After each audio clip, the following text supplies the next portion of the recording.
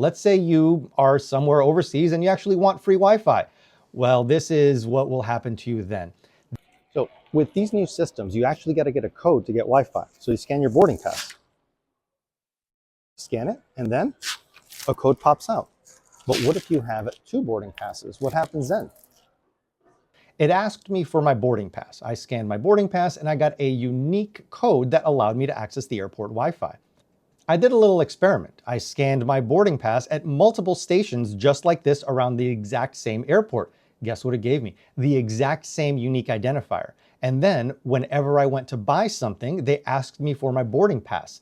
I ask you, do you think it is beyond the realm of not possibility, but probability that they are aggregating all of the data that your purchases and your Wi-Fi and your walking around produce?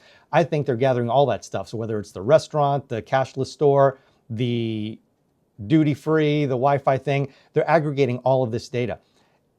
Have you seen these around many airports? We got robot cleaners now. Robot cleaners are great, but guess what? Right here, T-Mobile is telling you that they are networking all of these things. They work on the common frequencies that most of our stuff works on. I think that they would be dumb not to gather all the data they possibly can and monetize it. And indeed, I think they are. Again, this is just me, my thoughts here. Not that there's anything wrong with that, but we should know. So you see, we're being aggregated on it, everything, even by the cleaning robots. What does this lead to? Well, let me ask you this. Check out these advertisements here. Do you think they just willy-nilly placed these advertisements at any airport? Or do you think they use all of the data that everything that I have mentioned produces in order to strategically place these ads in places where the cohort, which they are targeting, is more than likely to view these ads? These companies aren't dumb. They do their research. So you've been bombarded with ads, everything's been collected. You just want to get on your flight, sit in your middle seat for the next 12 hours and just chill out. It's over, right? No, it's not. Look at this.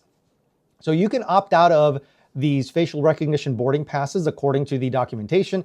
But in fact, if you see, as I was walking up to this, it already captured my face before I could even get to the agent to opt out. So the opting out feature, I think, is completely flawed. It's completely useless. You're going to get captured. By the time you say that you're going to opt out, you've already been grabbed. I don't know what's going on behind the scenes, but I just don't like it in general.